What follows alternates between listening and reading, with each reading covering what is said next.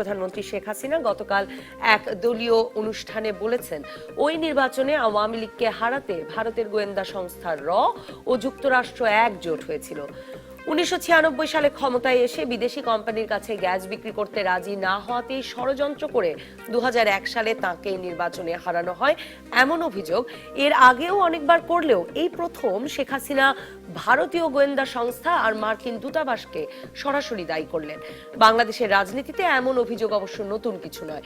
ভারতের ইশারাতেই 2014 সালের 5ই জানুয়ারি নির্বাচন হতে পেরেছে এবং একতরফা নির্বাচনটি করেও আওয়ামী লীগ ক্ষমতায় টিকে যেতে পেরেছে। বিএনপি বরাবরই এমন অভিযোগ করে আসছে। 90 পরবর্তী রাজনীতিতে 2001-এর নির্বাচন ছাড়া আর প্রতিবারই নির্বাচনের আগে সরকারের মেয়াদ শেষে ক্ষমতা হস্তান্তর এবং নির্বাচনী প্রক্রিয়া নিয়ে ব্যাপক রক্তপাত হয়েছে। আর দেশব্যাপী অনিশ্চয়তা ও অস্থিতিশীলতা নিরসনে বিদেশি রাষ্ট্রদূতদের বাড়িতে রাজনৈতিক নেতাদের ঘন ঘন আনাগোনা, তাদের বিভিন্ন প্রস্তাব সামনে রেখে দুই প্রধান দলের মধ্যে একটা আপোষ রফার চেষ্টা একেবারেই প্রকাশ্য রুটিন। 2008 সালেও তো লন্ডনের ইকোনমিস্ট পত্রিকা শিরোনাম করেছিল, ভারতের অর্থ আর সমর্থনেই নাকি ক্ষমতায় গিয়েছে আওয়ামী লীগ। ঐতিহাসিকভাবে আওয়ামী লীগই ভারতের মিত্র আর বিএনপির রাজনীতির একটা মূল স্তম্ভই ভারত বিরোধিতা। এমন রাজনৈতিক সমীকরণে দাঁড়িয়ে বিএনপিকে ক্ষমতায় আনতে র আর মার্কিনীদের সরাসরি দায়ী করে শেখ হাসিনার এই বক্তব্যের তাৎপর্য কি? এসব নিয়ে আলাপ করতে আজ রাজকাহন স্টুডিওতে আছেন বাংলাদেশ জাতীয় সংসদের chief whip Assam Firoz MP, জাতীয় পার্টির প্রেসিডিয়াম মেম্বার কাজী ফিরোজ রশিদ এমপি, বিএনপি চেয়ারপারসনের উপদেষ্টা এবং সাবেক চিফ হুইপ জয়নুল আবদিন ফারুক। স্বাগত আপনাদের তিনজনকেই। আমি আপনার কাছে যেতে চাই প্রথম কাজী ফিরোজ রশিদ এমপি, যে এই যে শেখ হাসিনা এই কথাটি বললেন এর তাৎপর্য কি? মানে 2014 সালে এমনকি এরশাদ সাহেব শেষ পর্যন্ত কেন হাসপাতালের থেকে নির্বাচন, মানে র্যাব তাকে হাসপাতালে নিয়ে গেল, তারপরে নির্বাচনে গেলেন, সেগুলো নিয়েও তো একদম টকশোগুলোতে প্রকাশ্যেই বিএনপি নেতৃবৃন্দ বলেন যে সবই ভারতের কারণে। সে কারণেই কি? আর শেখ হাসিনা এই কথা বললেন, তারই বা তাৎপর্য কি? দুটো জিনিস আপনার প্রশ্ন, প্রশ্নটা তো জটিল। মাননীয় প্রধানমন্ত্রী তার ওই অবস্থানে থেকে কিভাবে বলেছেন, এই জবাবটা উনি যদি দেন তা সবচেয়ে ভালো হবে। তো উনি স্পষ্ট বলেছেন, বুঝতে যদি বাকি না থাকে, যে 2001 নির্বাচনে র এবং আমেরিকা দুটো একজোট হয়ে বিএনপিকে ক্ষমতা এনেছিল, আওয়ামী লীগ পরাজিত হয়েছিল। তো এটা তো উনি বলে ফেলেছেন এবং সবাই শুনেছে। উনি বলে ফেলেছেন? প্রধানমন্ত্রী কি বলে ফেলেছেন না প্রধানমন্ত্রী বলতে চেয়েছেন? নিশ্চয়ই এটা উনি তো বলছেন এবং সবাই শুনেছেন। আজকে লিড নিউজ এটা প্রধানমন্ত্রী বলেছেন, অস্বীকার করার কিছু নেই। তো এটা উনি নিশ্চয়ই জেনে শুনেই বলেছেন। আবার দুটো রাজনীতিকে সমীকরণ যদি করা যায়, দুটো দিক আছে। আমরা যখন বাল্যকালে স্কুল জীবনে বা কলেজ লাইফে কারোর সাথে বন্ধুত্ব করতাম, তাহলে ওটা প্রকাশ্যে না বলে আমি তার বিরুদ্ধে দিয়েই করতে থাকতাম সবসময়। যে কেউ জিজ্ঞেস করতে বন্ধুত্ব আছে, প্রশ্নের জায়গায় না, আরেকদিক মুখ ফিরে নিতাম। ভিতরে ভিতরে বন্ধুত্ব সেটা হতে পারে। আবার এটা উনি যেটা বলছেন অকপটে, এটা সত্য হতে পারে, অসুবিধা কিছু নেই। উনি যেটা এটা সত্য ঘটনা বলে থাকেন, তার সাহসিকতার পরিচয় দিয়েছেন। বঙ্গবন্ধুর কন্যা হিসেবে উনি যেটা যথার্থ সাহস নিয়ে বলেছেন, এটা হয়তো অনেকে বলবেন না, কিন্তু সবাই জানেন যে আমাদের দেশে এবং আশেপাশে নির্বাচনে এই সমস্ত মোড়রা সবসময় একটা বড় ভূমিকা রাখে। বিশেষ করে আগে আমেরিকা রাখতো, এখন ভারত এই মহাদেশে একটি বড় শক্তি, পরাশক্তি। কবে থেকে ভারত রাখা শুরু করলো মোটামুটি, যদি একটু মানে একটা ধারণা দিতেন? 1971-এর পর থেকেই। আচ্ছা। কারণ 71 সালে ভারত আমাদের সবচেয়ে বড় বন্ধু হিসেবে 1 কোটি শরণ থেকে জায়গা দিয়েছে। আমাদের স্বাধীনতা যুদ্ধে আমাদেরকে সহযোগিতা করেছে। তাদের 5 থেকে 6 হাজার সৈন্য মারা গেছে এবং তারা আমাদের ভূখণ্ডকে স্বাধীনতা যুদ্ধে তারা সব থেকে বড় শক্তি হিসেবে, বন্ধু হিসেবে আমাদের পাশে থেকেছে। সেই থেকে ভারত আমাদের অত্যন্ত নির্ভরশীল বন্ধু গোটা বাঙালি জাতির। বিএনপি তো অনেক পরে জন্ম নিয়েছে।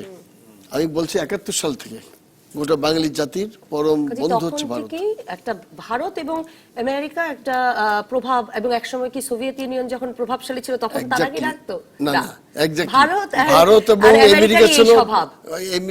খুবই পরস্পর বিরোধী। কারণ আপনার মনে আছে 71 সালে ভারতের তৎকালীন প্রধানমন্ত্রী ইন্দিরা গান্ধী উনি সব দেশ সফর করে যখন সোভিয়েত ইউনিয়ন আসলেন তাদের সাথে চুক্তি করলেন যে ভারত আক্রান্ত হলে সোভিয়েত ইউনিয়ন তার পাশে থাকবে, যার জন্য আমেরিকা ভেটো দিতে পারে জাতিসংঘে। সোভিয়েত ইউনিয়ন সেই ভেটো বন্ধ করে দিচ্ছে পাল্টাপাল্টি দিয়ে। এরপরে নৌশক্তি সপ্তম নৌবাহিনী পাঠিয়েছিল। তখন ইন্দিরা গান্ধী তার যারা উপদেষ্টা ছিলেন, প্রতিরক্ষা উপদেষ্টাদের নিয়ে উনি একটা বৈঠক করলেন যে এখন কি করা যায়, যে সপ্তম নৌভোট আসতেছে, তা আমাদের শক্তি কি। তখন ইন্ডিয়ান শক্তি সব তারা বলল, এবং তারপর বলে রাশিয়া যদি এখন এসে দাঁড়ায় তাহলে মানে কিউবার মতো অবস্থা রাশিয়ার হবে। মুখপাত্র হিসেবেও আসলে এই অঞ্চলে তার প্রভাব বলয় গঠন শুরু। আমি আরো সুনির্দিষ্ট প্রশ্ন নিয়ে আসব আপনার কাছে গাজী ফিরোজ রশিদ। জয়নুল আবদিন ফারুক, আমি যদি আপনার কাছে যাই, 2014 সালের নির্বাচনে ভারতের প্রভাব নিয়ে আপনারা প্রকাশ্যেই বলছেন, অনেক দিন ধরে বলছেন, কিন্তু প্রধানমন্ত্রী বলেছেন 2001-এর নির্বাচনের কথা, আপনারা 2014-র নির্বাচনের কথা বলেন। এই দুটো নির্বাচনেই কি হঠাৎ এবং প্রথম এবং বিচ্ছিন্ন ঘটনা ভারত যুক্তরাষ্ট্র নাক গলিয়েছে, নাকি বরাবরই ঘটায়, মানে নাক গলায়, যেমনটা কাজী ফিরোজ রশিদ বলছেন? আর 2014-তে আমেরিকা কি করছিল? বিষয়টা আমার চেয়ে সবচেয়ে বেশি জানতেন আমাদের ফিরোজ ভাই। আর সরকারি দল দুজনের সাথে আমি একা কতটুকু কথা বলতে পারবো জানি না, তবে একটা কথা আমার আজকে খুব ভালো লেগেছে, মাননীয় প্রধানমন্ত্রী আক্ষেপ করে হোক, দুঃখ করে হোক, বা আওয়ামী লীগের সভানেত্রী হিসাবে হোক, উনি বলেছেন যে 2001 সালে আমরা ক্ষমতায় যেতে পারিনি এবং যুক্তরাষ্ট্রের কারণে, এই বিষয়টা স্বীকার। তো আমার আজকে খুব ভালো লাগছে যে আমাদের আসাম ফিরোজ আমার বন্ধু মানুষ, আমাদের বন্ধুরা আমাদেরকে ভারত বিরোধী বলতে বলতে বলতে বলতে বলতে বলতে হয়রান হয়ে যায়। আর ভারতের নেতৃবৃন্দর কাছেও আমাদের দুর্নাম সুনাম যাই করার করে, কিন্তু আজকে দেখি যে হঠাৎ আমাদের বন্ধুর মৃত্যুদের বিরুদ্ধে মাননীয় প্রধানমন্ত্রী কথা বলে শুরু করলেন। এটা কারণটা কি? আজকে আরেকটা জিনিস আপনি আমার মনে হয় স্ক্রলে বা ইয়েতে আনেন নাই, যে নজরুল ইসলাম খান আমাদের স্ট্যান্ডিং কমিটি মেম্বার একটা কথা বলেছে, কারো কাছে নথি স্বীকার করে 2001 সালে আমরা ক্ষমতা আসি নাই। বলেন আর যুক্তরাষ্ট্র বলেন আর যুক্তরাজ্য বলেন, জনগণ বিএনপি কে ভোট দিয়েছে 2001 সালে তত্ত্বাবধায়ক সরকারের অধীনে, সেই নির্বাচনে বিএনপি ক্ষমতা এসেছে। মাননীয় প্রধানমন্ত্রী আবার বলেছেন যে আমি 2001 সালে ক্ষমতা আসতে পারি না, যে গ্যাস বিক্রির জন্য আমি চুক্তিবদ্ধ হই নাই, কিন্তু আমরা নাকি বা বিএনপি নাকি ক্ষমতা এসেছে চুক্তি করে। তো এইসব কথা ঠিক 2014 সালে নির্বাচন কি হয়েছে? 2014 সালে নির্বাচন হতোই নাই দেশে। সেই নির্বাচনকে প্রভাবিত করার জন্য তখনকার ভারতবর্ষের সুজাতা বা ফরেন সেক্রেটারি মনে ছিলেন তখন, উনি এদেশে আসছিলেন, মনে পড়ে সবাই, 2014 নির্বাচন আগে। আমার ভাই ফিরোজ রশিদ চৌধুরীর কাছে আপনি প্রথমে প্রশ্ন করেছিলেন, আমি আশা করেছিলাম উত্তরটা এভাবে আসবে, কিন্তু আসলো না। কেন হোসেন মোহাম্মদ এরশাদ সাবেক রাষ্ট্রপতি অসুস্থ হলেন? কেন ওনাকে সাদা পোশাকের পুলিশ ঘর থেকে ধরে নিয়ে হাসপাতালে ভর্তি করলেন? কেন ওনাকে পদত্যাগ করার পরও পদত্যাগ পত্র গ্রহণ করা হলো না? এই বিষয়গুলো আমি মনে করছি আমার ভাই থেকে আমরা শুনবো, শোনা পরে আমি উত্তর দেব, কিন্তু আমি আর এটা দিকে যেতে চাই না। উনি সম্মানিত ব্যক্তি, উনি বলেছেন, উনি কিন্তু কাজী ফিরোজ রশিদ এমপি পরিষ্কার করে বলেছেন, আমি আরো সুনির্দিষ্ট গল্প ওনার কাছে নিশ্চয়ই শুনতে চাবো।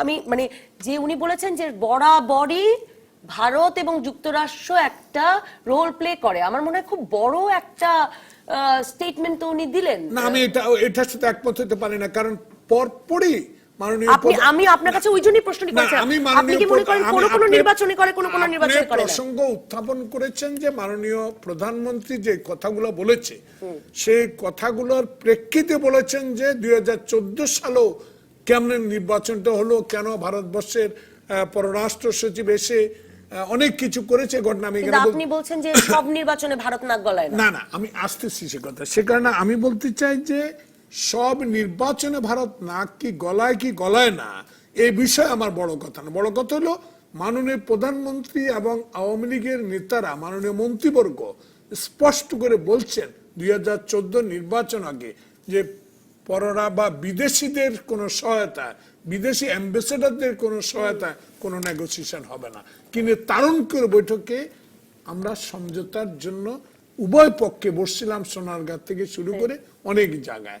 সেখানে কথায় বলা যায় কারো সহায়তা নিব না, কিন্তু বন্ধু রাষ্ট্র হিসেবে যদি ভারত আমাদের ভালো চায় আমি এটাকে না, কিন্তু আপনার কাছে যেটাকে ভালো চাওয়া মনে হবে আওয়ামী লীগের কাছে তো সেটাকে ভালো চাওয়া মনে হবে না। সেটা ওদের তাদের ভালো বিষয়, চাওয়ার দরকার কিন্তু কি? আমার একটি বিষয় হলো আমি ভারত 1971 সালে আমার যুদ্ধে সহযোগিতা করেছে, আমি ভারতের কাছে ঋণী, তাদের অনেক সৈন্য প্রাণ হারিয়েছে। তাই বলে কি ভারতকে আমি ধন্যবাদ জানাবো না? তাহলে তো আমি এতে কৃষ্ণামি করলাম, আমি এটা ভালো মনে করলাম না।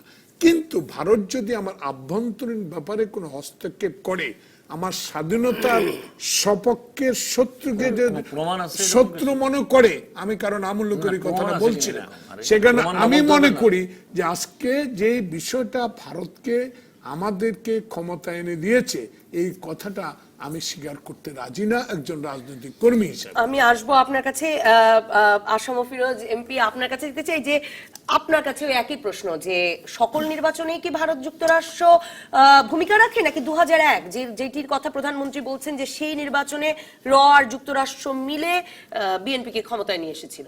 ধন্যবাদ আপনাকে। স্বাধীনতা মাস আমি যারা শাহাদত বরণ করছেন তাদেরকে ধন্যবাদ, কৃতজ্ঞতা জানাচ্ছি।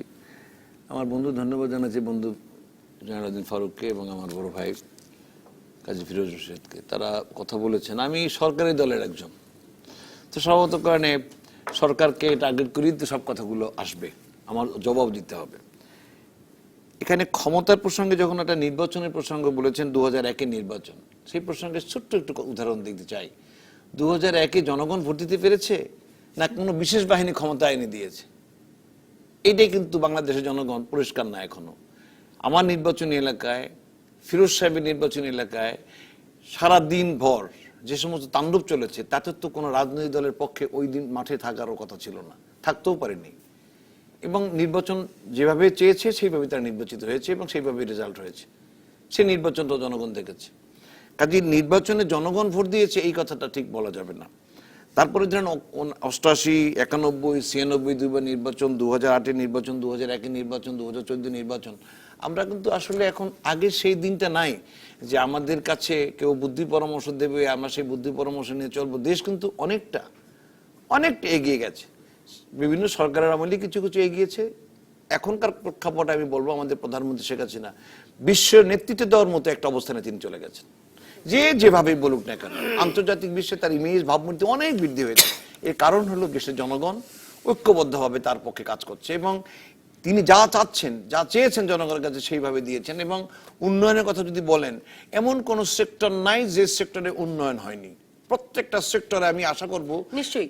কিন্তু আমি ওই প্রসঙ্গ তো আরেকদিন শুনতেই পারবো আমি আপনার কাছ থেকে। কিন্তু আসম ফিরোজ, আমার প্রশ্নটা ছিল যে প্রধানমন্ত্রী যে বলছেন যে 2001-এর নির্বাচনে বিএনপিকে র আর যুক্তরাষ্ট্র মিলে ক্ষমতায় নিয়ে এসেছে, মার্কিন দূতাবাসের ভূমিকা বিশেষভাবে উনি বলেছেন, এই ভূমিকা কি শুধুই 2001-এর নির্বাচনে ঘটেছিল, নাকি আপনার রাজনৈতিক অভিজ্ঞতা কি বলে, নাকি সকল নির্বাচনেই? মানে কাজী ফিরোজ রশিদ এমপি কিন্তু স্পষ্ট করেছেন যে 71-এর পর থেকে একটা প্রভাব আছে। আমরা স্বাধীনতার পরে দেখতেছিলাম বঙ্গবন্ধু মারা যাওয়ার পরে দুইটা ধারায় বাংলাদেশকে বিভক্ত।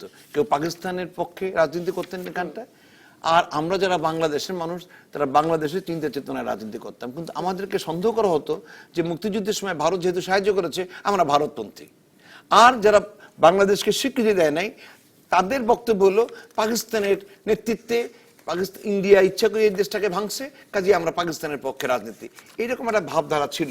কিন্তু এটা কিন্তু এখন আর প্রিভেল করে না। আমি মনে করি বাংলাদেশের রাজনীতিতে আমরা যারা 2000 যে নির্বাচনের কথা বললেন, যে 2001 নির্বাচনে সেটা প্রিভেল করে না দেখেই তো 2001-এর ভারত বিএনপিকে ক্ষমতায় আনে, ঠিক না? ভারত এবং আমেরিকা যে কথাটা প্রধানমন্ত্রী বলেছেন, সেই কথাটার উত্তর দেওয়ার মতো ক্ষমতা কিন্তু আমি নিজে রাখি না। না টকশোতে এসেই যে আমি সব কথা জানবো না, এমনটা নয়। না। নিশ্চয়ই তার কাছে কোনো মেসেজ আছে, নিশ্চয়ই তার কাছে কোনো খবর আছে। আন্তর্জাতিক বিশ্বের খবর কেউই কিন্তু আমরা জানি না, সেটা head of the government, head of the state যিনি, তিনি জানেন। তো তার চিন্তা চেতনা থেকে তিনি কথাটা হয়তো বলেছেন। এবং একটা কথা আমি পরিষ্কার করে বলি, জয়রামদিন ফারুক সাহেব বলেছেন যে আমাদের বন্ধু ভারত, নির্বাচনগুলো থেকে বন্ধু রাষ্ট্রগুলো ভূমিকা রাখে, আগে ছিল, আগে রাখতো, কিন্তু আমি মনে করি এখন আর প্রয়োজনীয়তা আছে মানে বলে মনে করি এখনই বা না। রাখে না যেহেতু- বলি কি করে? 2013 নির্বাচনের আগেও তো আমরা দেখলাম বিদেশিরা এসে এসে বৈঠক হ্যাঁ, হচ্ছে, এখন তো পরে বল কোনো না, লাভ হয়নি, লাভ বিএনপি হয়নি। তাতেও নির্বাচনে Right. আসেনি, কিন্তু আমি মানে পরিষ্কার তাদের করে- সাথেই বৈঠক কেন? আমি পরিষ্কার করে বলতে চাই, আমাদের সংবিধান সংশোধন হওয়ার পরে আর তত্ত্বাবধায়ক সরকারের যে কনসেপ্টটা যেহেতু আমাদের চলে গেছে, আমরা মনে করি যা করণীয়, যা হবার সংবিধান মোতাবেক হবে এবং আমাদের মধ্যে আলোচনার মাধ্যমে হবে। তৃতীয় কোনো শক্তির প্রয়োজনীয়তা আছে বলে আমি মনে করি না, এবং উচিতও না। আমরা সেই অবস্থা কিন্তু নাই। বাংলাদেশ অনেকটা এগিয়ে গেছে। কে আমাদের মুরব্বী হবে? আমেরিকা, তার নির্বাচন তো আমরা লক্ষ্য করেছি। না, আমেরিকা তো, ট্রাম্প তো বলেছেন যে তার পররাষ্ট্র নীতিতে মুরব্বিগিরি নাই। নাই। হ্যাঁ, তো কাজে মানে আমাদের তিনি করতে সেখানে চান না অন্য দেশে। আগে করতো, কিন্তু হ্যাঁ। এখন আর হয়তো করবে না। হ্যাঁ, আমরা সেটা তো সেখানে তাদের পররাষ্ট্র নীতিতে Right. পরিবর্তন, আমরা তো কোনো রাইট। আমাদেরও বক্তব্য হলো এটা যে আমরা বিএনপি বলেন, জাতীয় পার্টি বলেন, আওয়ামী লীগ বলেন, এই তিনটা বড় পার্টি নির্বাচনের ময়দানে থাকি, আর আমাদের সাথে কিছু সংখ্যক রাজনৈতিক দল আমাদের সাথে সহযোদ্ধা হিসেবে থাকে। আমরা তো জানি সেটা। তারপর আমি মনে করি যে এখনকার দেশের যে সার্বিক অবস্থা, তাতে আমার মনে হয় যে আমার সব রাজনৈতিক দল যদি ঐক্যবদ্ধভাবে নিজেদের সিদ্ধান্ত নিয়ে রাজনীতি করি সংবিধান সম্মতভাবে, আমার মনে হয় এখানে যদি কোনো রকম পরিবর্তন প্রয়োজন হয়, সেটা আলোচনা করে করা যেতে পারে। কিন্তু বিদেশিদের কোনো মুরব্বিয়ানা নিয়ে এইখানে রাজনীতি পরিবর্তন করতে হবে, আমাদের তাদের কথা মতো আমাদের কিছু করতে হবে, এইটা আমি বিশ্বাস করি না। আর 2001 নির্বাচনে প্রধানমন্ত্রী যে কথাটা বলেছেন, আমি যথার্থ একটা হয়তো বিরতির বলেছেন, পর আবার আসি তিনি আপনার হয়তো কাছে। তার 2001 উত্তর তিনিই নির্বাচন দেবেন, নিয়েও এখানে এই উত্তরটা আমার কাছে নাই। কাজী ফিরোজ ধন্যবাদ। রশীদ, আপনার কাছে আসবো একটা বিরতির পর, যে আপনি মনে করেন কিনা যে প্রধানমন্ত্রী কাউকে কোনো বার্তা দিতে চাইলেন, মানে শুধুই বললেন, মানে মাত্র একটি ঘটনা হিসেবেই বললেন, সেটা আসলে মনে করা, বিশ্বাস করা যায় কিনা? একটা বিরতির পর, দর্শক থাকুন রাজকাহনে।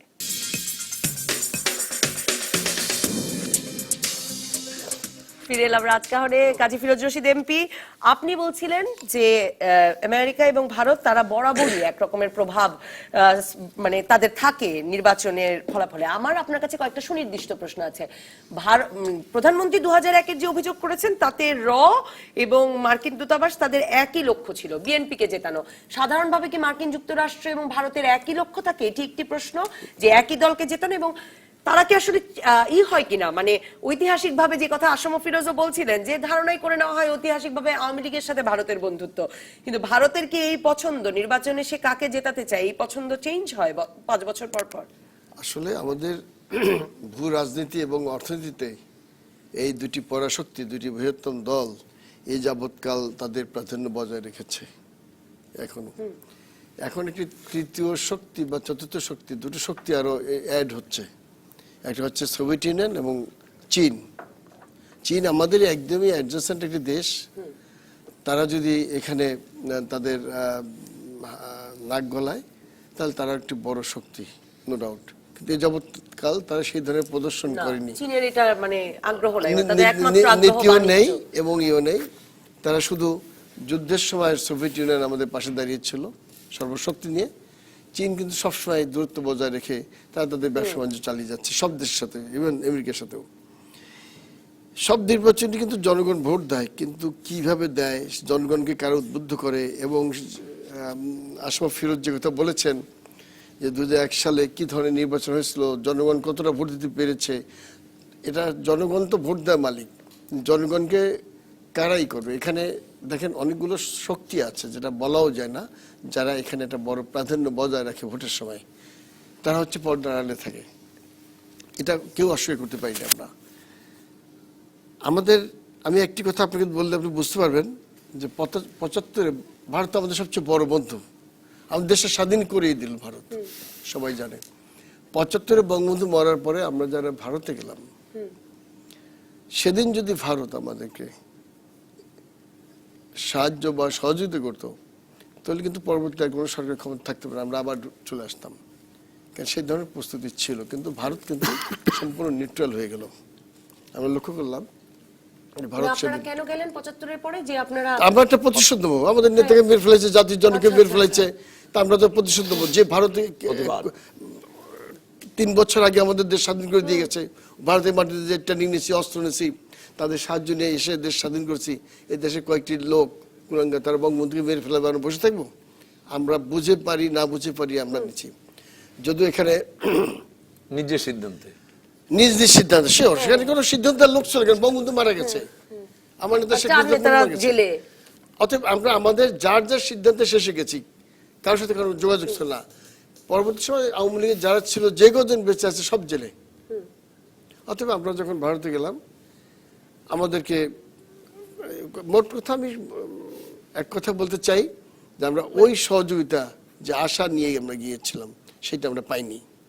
বরং আমরা দেখলাম যে জিয়াউর রহমান সাহেব ক্ষমতা আছে, তার সাথে একটা বড় সুসম্পর্ক, অর্থাৎ বিএনপি তখন বড় সুসম্পর্ক ভারতে রয়ে গেছে।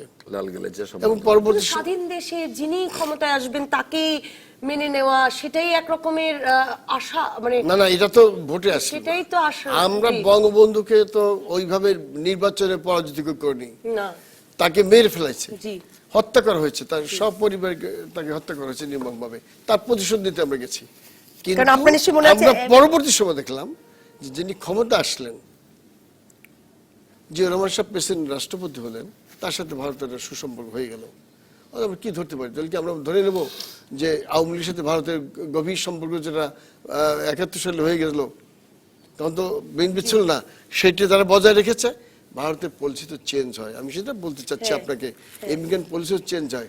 তারা তাদের ভূ রাজনীতি যে পরিবর্তনশীল, আমাদের আবহাওয়া পরিবর্তন হয় না, পৃথিবীর আবহাওয়া আগে তো সরলবিচ্ছুল দেশে। আপনারা দুজনই 2001-এর নির্বাচনে কতটুকু জনগণ ভোট দিতে পেরেছে এখন সেটা বলছেন, মানে এই 2017-তে এসে সে কথা বলছেন। মানে ব্যাপারটা কেমন যে আপনারা কি এরকম দাবি করছেন যে ভারত বা আমেরিকা চাইলে জনগণ ভোট না দিলেও কাউকে জিতিয়ে দিতে পারবে? জনগণ তো ভোট দেই, কিন্তু জনগণকে তখন কিভাবে কি করা যায়, এটার মধ্যে যে মেকানিজমটা, সেটা করতে তারা ওস্তাদ, এটা নো ডাউট। আর 2014 সালের 5ই জানুয়ারি কি হয়েছিল? জয়নুল আবেদিন সেটা সে ফারুক বলুক। বলেছিলেন যে আপনার কাছেও তিনি একটু শুনতে চান। আপনাদের দলে রক্ষক যদি ভক্ষকের ভূমিকা পালন করে, যাকে নিলাম ভোট কেন্দ্র রক্ষা করার জন্য, পিসফুল ভোট হবে সেইটা, সে যদি অন্য পক্ষ অবলম্বন করে, সেখানে জনগণের কিছু করার থাকে না, এবং সেটা কেন খুব করে? স্বাভাবিক। এবং সেটা এটাই কেন হয়েছে, করে? তাতে এটা নাম সুযোগ উল্লেখ কেন করা করে? যাচ্ছে না, তারপরে বুঝতে হবে আমি কি বলছি। রক্ষক ভক্ষকের ভূমিকায় সেখানে তো কিছু করার আসলে নেই। দুজনের কথা শুনে আমার একটা কথা মনে পড়ে গেল, যে আমার বন্ধু আসমা ফিরোজ, আমাদের সিনিয়র ফিরোজ ভাই, 2 ফিরোজ, আমি একা ফারুক, আমি পক্ষে নিছি তো। সবই সব ফরের মধ্যে আছে। আজকে বড় রাজকাহন, ওনারা রাজকাহন পরিবারেরই লোক, আমরা সংসদে নাই, বিরোধী দল। কিন্তু আমার একটা জিনিস আসাম মাধ্যমের বক্তব্যে স্পষ্ট ধরা গেল, আমার ধারণা, যে সরকার বা মাননীয় প্রধানমন্ত্রী যে কথাটা এখন থ্রো করলেন জনগণের সামনে, যে 2000 এতদিন বলেন নাই, ঠিক আরেকটি নির্বাচন প্রকালে যখন দেশনেত্রী বেগম খালেদা জিয়া বা বিএনপি অন্য সহযোগী দলগুলি নিয়ে একটি প্রস্তাব যে 2014 সালের মতো যেন আরেকটি নির্বাচন নয়, তেমনি মুহূর্তে ধরুন নির্বাচন 2 বছর পর বা 1 বছর পর বা 1 মাস পর, সেটা ওনাদের সরকার ওনারা ঠিক করবে, ঠিক সেই মুহূর্তে দেশের সরকার প্রধান একটা বড় দলের সভানেত্রী 2001 সাল, আজ থেকে 16 বছর আগে যে ঘটনাটা ঘটলো, সে আজকে রাস্তায় ছেড়ে দিল। এটা কিন্তু কেন বলেন তো? কেন যাতে ভারত আপনাদের সাথে ঘনিষ্ঠ হওয়ার সাহস না করে? Let me finish please. অনেক আমি আগেই এই কথাগুলো রাজনৈতিক বলা হয়েছে। কর্মী হিসাবে আমার বক্তব্য এই জন্য যে 16 বছর আগের যে ঘটনা, সেই ঘটনা বলতেই পারে, কিন্তু কার মুখে? এটা আসম ফিরোজ বা নাসিম বা তোফাল ভাইয়ের মুখে না, এটা মাননীয় স্বয়ং প্রধানমন্ত্রী। এটা নির্বাচনের পরে কথাটা বলা হয়েছে। সেজন্য ভীষণ তাৎপর্যপূর্ণ। আপনার কেন উনি না, বলছেন আমার বলে তো মনে এই হচ্ছে? জন্য জি, যে 2014 সালে বিএনপি কে ষড়যন্ত্র করে নির্বাচন থেকে বাইরে রাখার যে ষড়যন্ত্র, হ্যাঁ। যে কূটকৌশল আওয়ামী লীগ গ্রহণ করেছে, সেটা তারা সাকসেস। কৌশল না দিলে রাজনীতি করো কি? কিন্তু আমরা মনে করি, কৌশলে যদি না বোঝা রাজনীতি কি? আমাকে শেষ করতে, আমরা মনে করি এই কথাগুলো তো বলতে হবে, আওয়ামী লীগের নাহলে এই offside হয়ে কৌশলে 2014 সালের মতো আরেকটা নির্বাচন হবে হবে না, এই আশা আমরা করছি। এই কারণে মাননীয় প্রধানমন্ত্রী ওদের এক্সিকিউটিভ কমিটি বা অঙ্গ সংগঠনের কোন একটি সভা আমার জি, মনে যুব মহিলা নেই, লীগের সেখানে সভায়। বলেছে যে আমি 2014 সালের মতো একটা নির্বাচন দেশে আর করতে চাই না। সেই কারণে আমাদের আশা অনেক বেশি। আমি আশাবাদী, আমি আশা ছাড়ি না। তাই আমি মনে করি এই নির্বাচনের পক্ষালে ইন্ডিয়া যুক্তরাষ্ট্র বা দিল্লি বা ওয়াশিংটন একটা প্রশ্ন আছে। খালেদা জিয়াকে ক্ষমতা বসা দিল। আমি আপনার মাধ্যমে আসম ফিরোজ আর ওনাদের দলের জোটের শরিক দল সিনিয়র ফিরোজ ভাইকে জিজ্ঞাসা করতে চাই, 1991 সালে যখন বিচারপতি শাহাবুদ্দিন সাহেবের আমলে নির্বাচনটা হলো, সেই নির্বাচনে আবার সংসদে ওনাকে প্রধান বিচারপতি হিসেবে প্রেরণ করা হলো, তখন সংবিধানের কথা আসে নাই। তখন সংবিধান মোতাবেক ইলেকশনটা দুই দল গ্রহণ করে নিয়েছে। আজকে আমার প্রশ্ন, সেই তত্ত্বাবধায়ক নিয়ে প্রশ্নে আমরা না যাই। 1991 সালের জি। নির্বাচনের পর যখন আপনারা ক্ষমতা আসলেন মিডিয়া কোর মাধ্যমে, তখন তো আজকে কত 96 ক্ষমতা আসছে, 4 আর হলো 16 20 আমাদের নেত্রী বা আমাদের দল, আমাদের কোন মুখপাত্র আজও কি বলেছে যে এখন এই মুহূর্তে এমন কথা বলেছে যে 1996 সালে আপনারা ভারতের ইঙ্গিতে যুক্তরাষ্ট্র, আপনি কি মনে করেন? না এই আমি কথাটা একবার কয় নাই, হাজারো একবার বার আমার হয়েছে। নেত্রী বলে নাই, এই হাজারো আমার বার। দল বলে নাই। আমার একটা প্রশ্ন আছে জয়নুল আবদিন ফারুক, আমার না জয়নুল আবদিন ফারুক, আসাম ফিরোজ সাহেব, আপনারা আবার ঠাকুর ঘরে কেড়ে আমি কলা খাই না, এইসব কথা বলে, এইসব কথা বলে আমাদেরকে বিজেপি এখন যখন ইলেকশনে জয়লাভ করলো, মনে হইলো যে এইবার বিজেপি ক্ষমতা আসছে শুধু এই বিএনপি কে ক্ষমতা দেওয়ার জন্য। আপনারা 2014 সালে নির্বাচন করে বিএনপি কে নির্মূল করার হীন কৌশল ব্যর্থ নাই, বিজেপি বোধ আপনাদের উদ্ধার করবে। কিন্তু বিজেপি দেখলো, পর্দা সরাই দেখলো যে আপনাদের মধ্যে যে জঙ্গি গোষ্ঠী আছে তাতে বিজেপি ক্ষমতা থাকাই কষ্ট। জঙ্গি বোমা মারে পুলিশ সামনে দাঁড়ায় রয়েছে, এই ফটো আমরা দেখলাম। পুলিশ তো ব্যক্তি, ইনস্টিটিউশন একটা, ওটা তো সমস্ত এগুলা না। শুনেন। পুলিশ হলো ব্যক্তি দাঁড়াই আছে, কামানের হাজার পুলিশের মতো গ্রেনেড লিয়ে দাঁড়ায় রয়েছে, একটা পুলিশের মধ্যে যদি গ্রেনেড লিয়ে দাঁড়াই থাকে তাহলে সেই পুলিশটা কি করবে? তো ওই অ্যাকশনই যাবে, ওই ছবি আছে পত্রিকা, ওই অ্যাকশনই যাবে। পত্রিকার কথা বলছি আমি। ওই দিন আমি যাচ্ছিলাম, আমি নোয়াখালী যাচ্ছিলাম। এই যে গণতন্ত্র এবং পত্রিকাতে স্বাধীনতা আছে, এটিতে প্রমাণ করে, এটিতে প্রমাণ করে এই যে স্বাধীনতা আছে। Yes. তাহলে যে নেতা আপনাদের পূর্ব বাংলার মানুষের স্বাধিকার আন্দোলনের জন্য এলোপো অধীনে নির্বাচন করলেন পাকিস্তান আমলে, সেই পূর্ব আমরা যদি বাংলার মানুষের আবার- জন্য আপনারা যে গণতন্ত্রের জন্য লড়াই করেছেন, সেই গণতন্ত্রকে আপনারা 5 মিনিটে আবার এক জায়গায় চলে গেছে। না, না, তাহলে না, আপনারা জয়নুল কেন আবদিন ফারুক, আমাদেরকে জয়নুল আবদিন ফারুক, শুনেন, জয়নুল আপনার আবদিন বক্তব্য ফারুক, বলেছেন জয়নুল বঙ্গবন্ধুকে আবদিন হত্যা ফারুক। করার কারণে জয়নুল আপনারা আবদিন গেছেন ফারুক, প্রতিশোধ আপনি দিতে। একটু পরিষ্কার করে আমরাও বলুন। চাই না বাংলাদেশে কোনো আপনাদের কি গণহত্যা। পার্লামেন্টের বক্তব্যের মনে আছে জাতির জনক বঙ্গবন্ধু শেখ মুজিবুর রহমান পার্লামেন্টে দাঁড়িয়ে কি বলেছেন? জয়নুল আবদিন ফারুক, আমার কাছে একটা প্রশ্ন আছে, আপনি শুরু আমি এক করেছিলেন, মিনিট, আমি এক সেকেন্ড। বঙ্গবন্ধু দাঁড়িয়ে পার্লামেন্টে বলছিলেন, ইতিহাস তো মানুষকে জানাতে হবে, মাননীয় স্পিকার, গণতন্ত্রের জন্য আমি আজীবন সংগ্রাম করেছি। ফর দ্য টাইম বিং, কিছুদিনের জন্য হলো আমি এই পদ্ধতিতে যেতে চাই, যদি মনে করি এটা ভালো থাকবো, নাহলে আবার পদ্ধতিতে ফিরে আসবো। বলেন ঠিক কিনা? এই কথাটা তো বলেন না। বঙ্গবন্ধু অনেক কথাই বলছেন। কাজে আপনি বাকশাল প্রসঙ্গে ভারত আওয়ামী লীগকে নির্বাচনে জিতিয়ে আনে, এই অভিযোগ আপনাদের নতুন নয়, আপনারা নিয়মিতভাবে। ওই জন্য না, তো না, না, বললাম, আমার ভারত প্রশ্নটা প্রীতি শেষ করতে। যাদের, তারাই এখন আমাদের উল্টা দোষ জি, দিচ্ছে। আমার প্রশ্ন হচ্ছে, আপনার মনে হয় কেন প্রধানমন্ত্রী, আপনারা তো ভারত বিরোধী হিসেবেই পরিচিত, আপনাদেরকে নির্বাচনে জিতিয়ে আনলো, উনি ওনার বন্ধুদের, মানে আপনাদের ভাষায় এটা আরেক খেল, ওনার ওই যে বন্ধুরা বলছে হয়, কৌশল, ওনার বন্ধুদের খেপাচ্ছেন গত কেন? দুই দিন আরেকটা আগে। কৌশল, কৌশলটা আরেকটা কি? এটাই কৌশল, বুঝতে চাচ্ছি। এই সব কৌশল আমার বিএনপির কৌশলকে আমি বলে দেবো। আচ্ছা। ওবায়দুল কাদের বলেছেন হ্যাঁ। যে বিএনপি কে ইলেকশনে আসবে, এইসব তাদের কলা কৌশল। বিএনপি, উনি যেন বিএনপির অতিরিক্ত মহাসচিব। আলহামদুলিল্লাহ, আলহামদুলিল্লাহ না, আলহামদুলিল্লাহ বিএনপি ইলেকশনে আসবে, এটাই ভালো কথা। বিএনপি ইলেকশনে আসবে, ওবায়দুল কাদের কথা, আমার কথা না।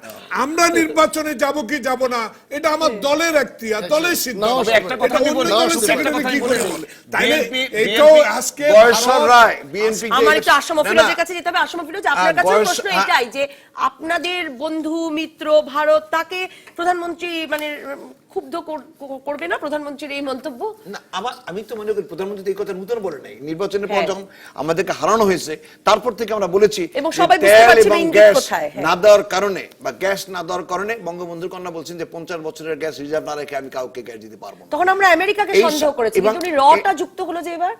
এবং তখন আমেরিকা এবং মানে আমেরিকা কোথায় চাচ্ছে? আমেরিকা গ্যাসটাতে ছিল আমেরিকার জন্য না, আমেরিকা গ্যাসটাতে ছিল ভারতের জন্য। ভারতকে যেন আমরা গ্যাস দিই, এই কথাটাই আমেরিকার প্রস্তাব ছিল। নেত্রী বলছে যে আমার গ্যাস রিজার্ভ না রেখে আমি কাউকে গ্যাস দেবো না। খালেদা জিয়ার কাছে যখন গেছে তিনি বলছেন যে হ্যাঁ, আমরা নেন, চুক্তি করে দিয়েছি। না নেন আপনারা গ্যাস, ক্ষমতা আমার দিতে হবে। এখন সে চায় ক্ষমতা, শেখ হাসিনা চায় দেশ। পার্থক্য, দুই নেত্রীর পার্থক্য তো এখানটায়। তিনি চান দেশ, একজন চায় ক্ষমতা। তাই। ক্ষমতায় যিনি যাবেন তার জন্য তো এই দরজা খোলাই থাকবে। তিনি সেই কাজটা করেছেন। আমার ভাই যে কথাটা বলেছেন যে কয়েকদিন আগে আপনার খেয়াল করবেন, গয়েশ্বর রায় বলেছেন নির্বাচনে যাবেন না। বিএনপিতে অনেক ক্যান্ডিডেট আছে যারা আগামী নির্বাচনে পাস করার মতো ক্ষমতা রাখে।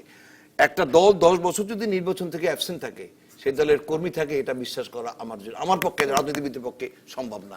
আমি মনে করি এখনো বিএনপির সচেতন লোক আছে যারা নির্বাচন করলে নির্বাচিত হয়ে আসবে, হয়তো বা হয় ক্ষমতা যাবে আর নাহলে বিরোধী দলে যাবে। আপনি লক্ষ্য করছেন যে জয়নুল আবদিন ফারুক কিন্তু একটা পজিটিভ জায়গা থেকে শুরু, যে যখন বিএনপি নির্বাচনে এরকম একটা নির্বাচনের যাওয়ার কথা ভাবছে বা ভাবছে না, মানে এরকম একটা সময় এসে শেখ হাসিনা এই শেখ কথাটা হাসিনার বললেন। কথাটা তো অনেকবার বলছেন আপনি। আমি আরেকবার বলি, গয়েশ্বর রায় কথাটা উত্তর তো বলছেন। দিচ্ছেন না। গয়েশ্বর আপনি ওনার গয়েশ্বর উত্তরটা রায় দেন। নির্বাচনে আসার কথা বলছেন না কেন? তিনি তার কোনো সিট নাই।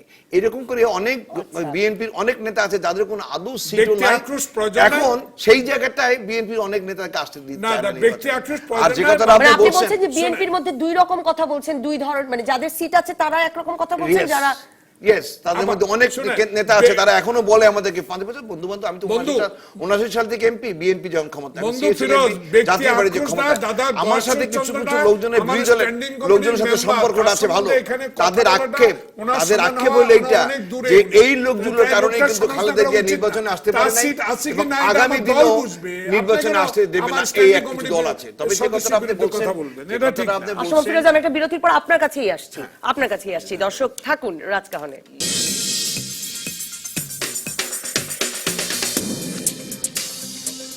ফিরে এলাম রাজকাহনে। আসাম ও ফিরোজ, আপনি বলছিলেন এই ভারত আমেরিকার প্রভাব প্রসঙ্গে 2014 নির্বাচনটি নিয়েও বারবার বিএনপি বলে যে এরকম একটি নির্বাচন যাতে 151টি আসনে আপনারা বিনা প্রতিদ্বন্দ্বিতায় নির্বাচিত হয়েছেন, এই নির্বাচনটি করা এবং বৈধতা পাওয়া, তার পেছনে প্রায় এককভাবেই তারা ভারতকেই দায় দেয়। আসলে এটা সত্যি কথা বলতে কি, আমরা যখন নির্বাচন করি আওয়ামী লীগও ভাবে নাই বা বিএনপিও বুঝতে পেরেছিল যে এই নির্বাচন পর আবার ক্ষমতা থাকতে পারবে না, কিন্তু জনগণ কিন্তু সেখানে সাড়া দেয়নি। জনগণ কিন্তু গণতন্ত্র পাইছে। যদি ওই সময় নির্বাচন না হয়, এই কথাটা কিন্তু আরো বলছে, আবারও বলি, ওই নির্বাচন না হলে কিন্তু থাইল্যান্ডের মতো সামরিক জান্তা আসতো। এটা কিন্তু কেউ যেন সুখকর ছিল না, না খালেদা জিয়ার জন্য, না আওয়ামী লীগের জন্য, বা জনগণের জন্য। নির্বাচন করেছি এবং কি অন্যায় করেছি ন্যায় করেছি জনগণ জানে। এবং 151 বলেন 53 বলেন, এই নির্বাচনে যদি মনোনয়নপত্র যদি দাখিল করা থাকে আর যদি ডেট থাকে, সেই ডেটে যদি কেউ সাবমিট না করে, সে তো আওয়ামী লীগের ফল্ট না, নির্বাচন কমিশনের ফল্ট না। যেহেতু নির্বাচনের শিডিউল ঘোষণা হয়েছে, ওই তারিখে নির্বাচন মনোনয়নপত্র দাখিল করতে হবে।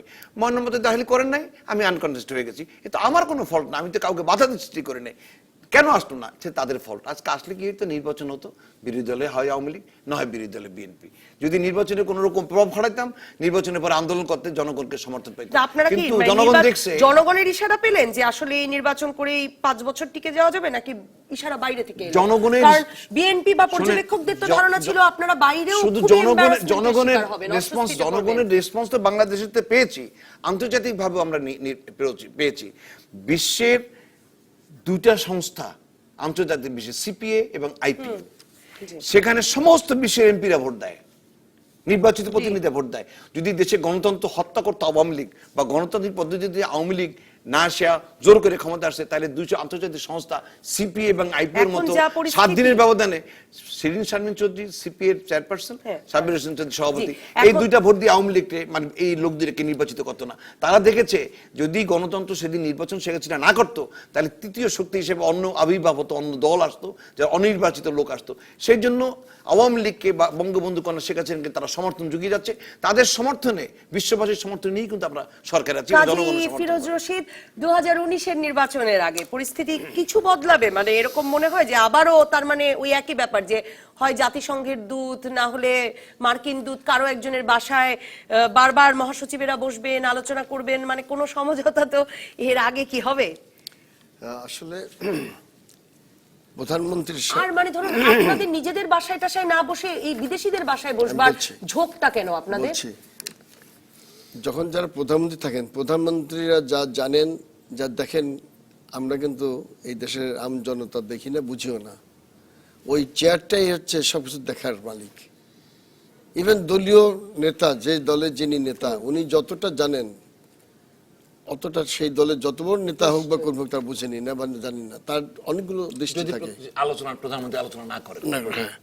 অতএব মাননীয় প্রধানমন্ত্রী যা জানেন বা দেখছেন, যা বুঝছেন, এটুকুন বলছেন। মানে সেটা তো একটা ছোট পরিবারের ক্ষেত্রেও সত্যি, অফিসের ক্ষেত্রেও সত্যি, সবকিছু সত্য। জি। বিএনপি গত নির্বাচনে মারাত্মক ভুল করছে, এটা ইতিহাস একদিন বলবে, ওনারা বলুক না বলুক, ওনারা সবসময় বলবে, কারণ নেতা কখনো ভুল করতে পারে না, এটা হলো আমাদের রাজনীতির সাবজেক্ট।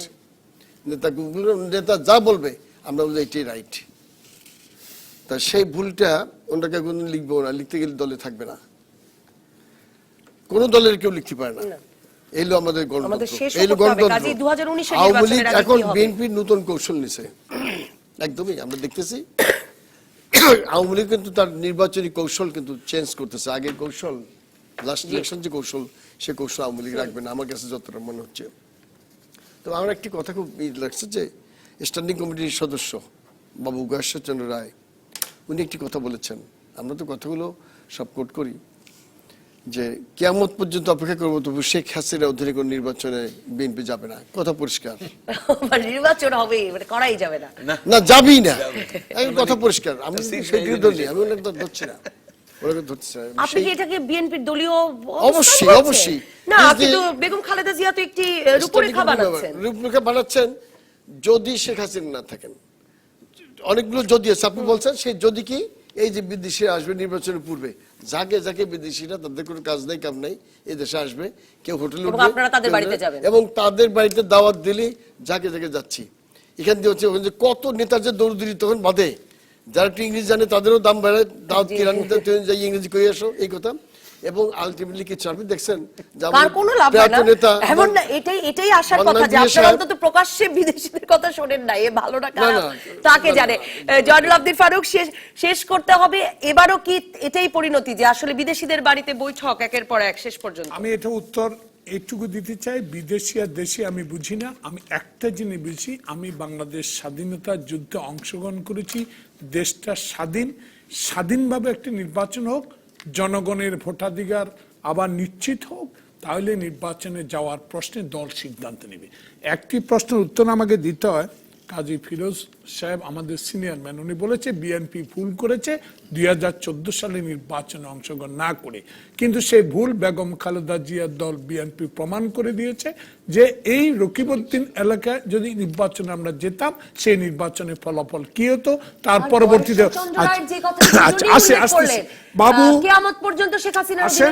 বাবু গয়েশচন্দ্র রায় আমাদের স্ট্যান্ডিং কমিটির সদস্য, সাবেক ছাত্রনেতা, তুখোড় ছাত্রনেতা ছিলেন, অত্যন্ত ব্রিলিয়ান্ট উনি একজন নেতা। উনি বলেছে কিয়ামত পর্যন্ত অপেক্ষা করব তবে নির্বাচনে যাব। কথাটা কোন কারণে আসছে আপা, আমাদের দুঃখ যদি দেখতেন। আমাদের নেতারা ফুল বিক্রি করে রাস্তায় রাস্তায়, আমাদের কোন নেতা ওয়ার্ড পর্যায়ের গ্রামে থাকতে পারে না, আমাদের হাজার হাজার মামলা। আমরা কি করে সরকারের অধীনে নির্বাচনে যাব, যে নির্বাচন আবার আমাদেরকে দলীয় নির্বাচনে পরাজিত করে দিবে, সেই নির্বাচনে কি আমরা যেতে পারি? তাই আমার নেতা গয়েশ্বররা যে কথাটা বলেছেন সেটা আক্ষেপ করে বলেছেন। আপনি যদি দেখতেন আমার ছেলেরা ভিক্ষা করে খায়। তাই আমি 2001 নির্বাচনের পরে আমি তাকে সমর্থন করে একটা কথা বলি, একটা বক্তব্য তাকে বলতে পারি। সমর্থন করে এক কথা বলি যে এরপরে ইলেকশনে এই অবস্থা ওনারা আসতে পারে না। এটা হলো আমার ব্যক্তিগত কথা। এবং সেই দিকে আচ্ছা, আমি একটা কথা বলি তাহলে। এখন কিন্তু দেশে কিন্তু হরতাল নাই, আন্দোলন নাই, না। তখন নির্বাচন, এই ঘটনাগুলো কখন হয়েছে? 2001-এর পরে যে নির্বাচনটা হয়েছিল, বিএনপি জোর যখন সরকারে আসছে, কি করে নাই, কি অত্যাচার নির্যাতন আওয়ামী লীগের কর্মীদের বাড়িতে, হিন্দুদের বাড়িতে নির্যাতন করে নাই, সমস্ত পত্রপত্রিকা সেই কালের মধ্যে আছে। কিন্তু আমরা যে 2008-এ নির্বাচনে জয়লাভ করার পর একটা প্রমাণ করুক না বিএনপি যে আমরা কেউ বাড়িতে গিয়ে আঘাত করছি, কোন বাড়িতে। এখনো তো সুযোগ আছে আমাদের কেউ বাড়িতে হামলা করার। একটু আপনি শেষ করি আমি। উনি যে কথাটা বলছেন, এখন তো দেশে আন্দোলন নাই, গাড়ি ভাঙে না, মিছিল করে না, হরতাল করে কারণ না, ওনাদের কোনো কর্মীরা বেরও মামলা হতে পারে না, কোনো মামলাও হয় না, ফেরার হয়ে ঘুরে শোনেন, বেড়াচ্ছে। এখন ফেরার হয়েছে কখন?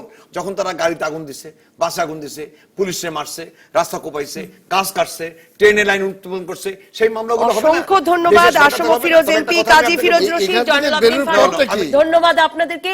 আপনারা জানেন আমরা প্রতিদিন রাজকাহন শেষ করি কোনো এক জনপদের মানুষের সাফল্যের গল্প দিয়ে। নওগাঁর পারুল আক্তার বুটিকের ব্যবসা করে নিজে যেমন সফল হয়েছেন, তেমনি এলাকার প্রায় 300 নারীকে কাজের প্রশিক্ষণ দিয়ে করেছেন স্বাবলম্বী। আমরা পারুল আক্তারের গল্প দেখে শেষ করব আজকের রাজকাহন।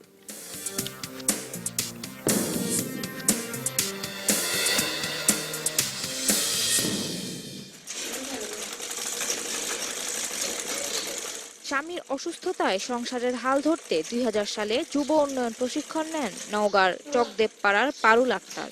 এরপর বাড়িতেই 11,000 টাকা বিনিয়োগ করে শুরু করেন শাড়ি, ওড়না, থ্রি পিস সহ কাপড়ে নকশার কাজ। তার ক্লান্তি শেষে ফ্যাশন নামের বুটিক হাউসে এখন মূলধন আছে প্রায় 16 লাখ টাকা। মাসে কখনো কখনো আয় ছাড়িয়ে যায় 30,000 টাকা। আমার হাজবেন্ড হচ্ছে 8 বছর ধরে প্যারালাইজড, তার কোনো উপার্জন করার কোনো ক্ষমতা নাই এবং সে কথাও বলতে পারে না। এখান থেকে আমার সংসারে সবকিছুই চলে। আমার একটা মেয়ে আছে, তার পড়াশোনার খরচ চালাচ্ছি। পারুলের এই বুটিক হাউসে কাজ করছেন প্রায় 65 জন নারী। সংসার এমনকি পড়াশোনা চালিয়ে যেতেও তাদের সাহায্য করছে পারুলের এই উদ্যোগ। যে কোনো ধরনের হাতের কাজ, ভরাট, বাটিক, বুটিক্স এর মনে করেন যে সবকিছুই আমরা করি। মামির কাছে এসে একটু টুকটাক সেলাই করে হয়তো আমার সেই বাড়তি খরচটা উঠে যায় পড়াশোনার। আমি সেদিক দিয়ে আমার পড়াশোনাটা ভালোভাবে চলতে পারতেছে। পুঁজি ছাড়া আমি আপার এখান থেকে কাপড় নিয়ে যে আমার বাসা থেকে সেল করি। সংসার, ছেলে মেয়ে সবকিছুই আমি চালাই। নিজে সফল হয়েই থেমে থাকেননি পারুল। হাতের কাজের বিভিন্ন প্রশিক্ষণ দিয়েছেন এলাকার প্রায় 300 নারীকে। চাকরি করলে শুধু নিজের জন্যই উপকৃত হতাম, আমার পরিবার শুধু উপকৃত হতো, কিন্তু চাকরি না করে যে আমি এই ব্যবসাটা শুরু করছি, আমার কারণে 150 জন পরিবার উপকৃত হচ্ছে। নিজে স্বাবলম্বী হওয়ার পাশাপাশি এলাকার নারীদের কাজের সুযোগ করে দিয়ে স্থানীয় অর্থনীতিতে নারীর অবদান নিশ্চিত করছেন নওগাঁর Parul Akhtar. DBC news desk. আপাতত বিদায় রাজকাহন থেকে। প্রতিদিন রাত 10টা পর্যন্ত সব খবরে খুঁজতে থাকুন রাজনীতি। তারপর রাত 10টা থেকে 12টা আপনার বিশ্লেষণের সঙ্গে মেলাবো আমার বিশ্লেষণ। তৈরি হবে নতুন রাজকাহন। থাকুন ডিবিসি নিউজের সঙ্গে।